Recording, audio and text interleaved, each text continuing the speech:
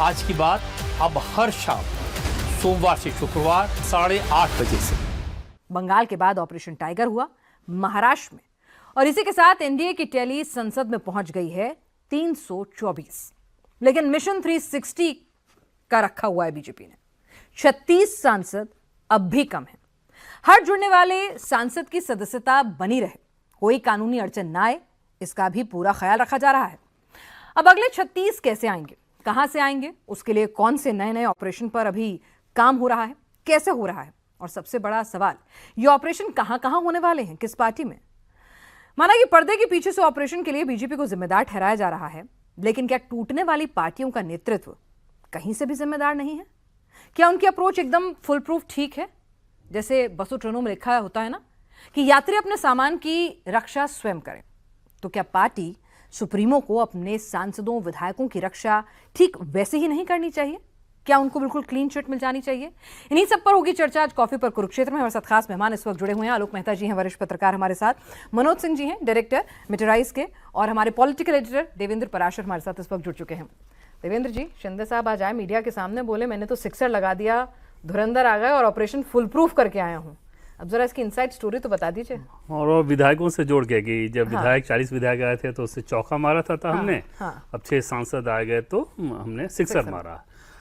40 विधायकों को लाना थोड़ा मुश्किल काम था, सिक्सर मारना उनके लिए वाकई बहुत आसान काम था, क्योंकि इसमें सब कुछ उनको अपने नहीं करना था। दूसरी चीज़ की बहुत ताकत आ चुकी है उनके पास इस काम को करने के लिए। ताकत की बात जब मैं कर रहा हूँ तो जैसे महाराष्ट्र में एनडीए की सरकार, केंद्र में एनडीए की सरकार, और किसी भी राज्य में ये होता है, लेकिन महाराष्ट्र में तो विशेष होता है कि अगर आप उस दल के नहीं हैं, सत्ताधारी पक्ष के नहीं हैं, तो आपके काम में तमाम समस्याएं आती हैं। आपको डेवलपमेंट प्रोजेक्ट्स फंड नहीं मिलेगा, काम स्मूथली आपका नहीं हो सकता है। तो फिर अल्टीमेटली उन नेताओं के हिसाब से भी देखिए तो भले ही वो चुनाव में जीत कर आ गए, अगर वो लोगों के काम नहीं करा पा रहे हैं, चाहे उनके लोगों के पर्सनल इश्यूज हों तो, या फिर डेवलपमेंट के प्रोजेक्ट्स हो तो अगर ये दोनों चीज़ें नहीं हो रही हैं तो फिर उनके सामने तो अपना फिर फ्यूचर दिखने लगता है ना, कि अगर मैं कुछ कर रहा हूँ, लोगों में असंतोष है, फिर मैं क्या करूँ।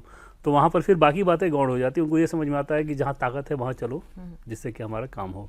इस बार के 6 सांसदों के जब फाउंडेशन की अगर बात करें तो सबसे बड़ी चीज़ वो थी। दूसरी बड़ी कमी थी उद्धव ठाकरे की लगभग नाकामी, निष्क्रियता।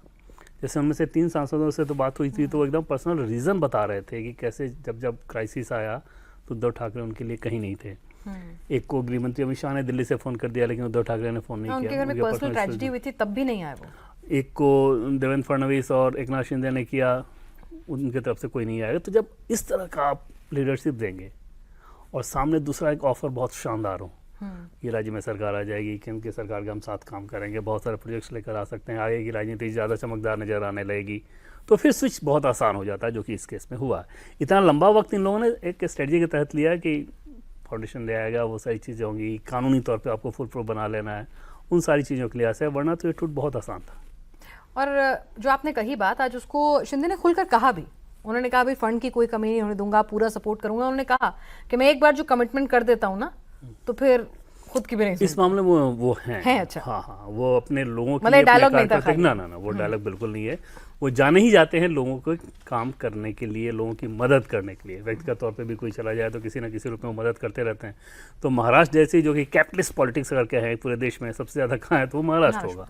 और वहाँ पर अगर इस तरह की कोई पर्सनैलिटी अगर सामने हो तो जाहिर तौर पर लोगों के लिए बड़ा आसान काम हो जाता है कि उनको अपना बनाना, क्योंकि शिवसेना में वो एक्टिव रही हैं तो संपर्क सूत्र सारी चीज़ें तो थी अभी भी। लेकिन एक चीज़ देखें कि जैसे उद्धव ठाकरे के साथ जो लोग रह गए हैं, क्यों रह गए हैं? क्योंकि आपने उनको काम दिया है, आपने उनको इंगेज कर रखा है, तो तमाम सारी चीज़ें गौड़ हो गई ना। अरविंद सावंत क्यों नहीं टूटे?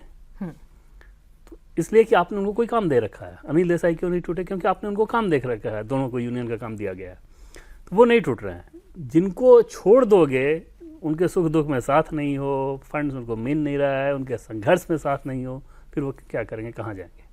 और इसमें एक और नाम है जिन्हें आज तो शिंदे साहब ने लेने से ही मना कर दिया। उन्होंने कहा 3 संजय आ गए, चौथे की जरूरत ही नहीं है। मतलब ये संजय की कितनी बड़ी भूमिका है उद्धव ठाकरे जी को इस हालत में पहुंचाने के लिए? क्योंकि कई लोग कहते हैं कि ठीक है उद्धव जी में जो कमियां हैं, बची कुची कसर ही पूरी कर देते हैं। संजय ये धुरंधर है। अब महाराष्ट्र में भी संजय हैं, बिहार में भी संजय हैं, संजय तो बहुत हैं।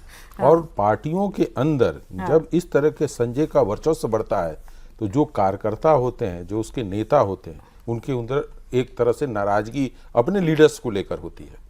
होता क्या है कि ये जो लोग भी होते हैं जमीनी नेता नहीं होते, ये सिर्फ कान फूकने वाले का माने सीधे बोलिए वो होते हैं कि भाई देवेंद्र जी ने तो आज अच्छा नहीं किया है, तो आलोक जी ने आज अच्छा नहीं किया, तो मनोज जी ने अच्छा नहीं किया। वो दूसरी की सूचना को गलत तरीके से उनके पास प्रेजेंट करते हैं। उस समस्या का समाधान के लोग नहीं बताते हैं कि कल की रैली खराब हुई तो अगला जब हम टारगेट बना मेरा रैली का तो उसको हम कैसे सक्सेस करें, उसमें नेताओं को किस तरह से यूटिलाइज करें, कार्यकर्ताओं के लिए हम क्या करें, ये उनकी सबसे बड़ी कमजोरी होती है।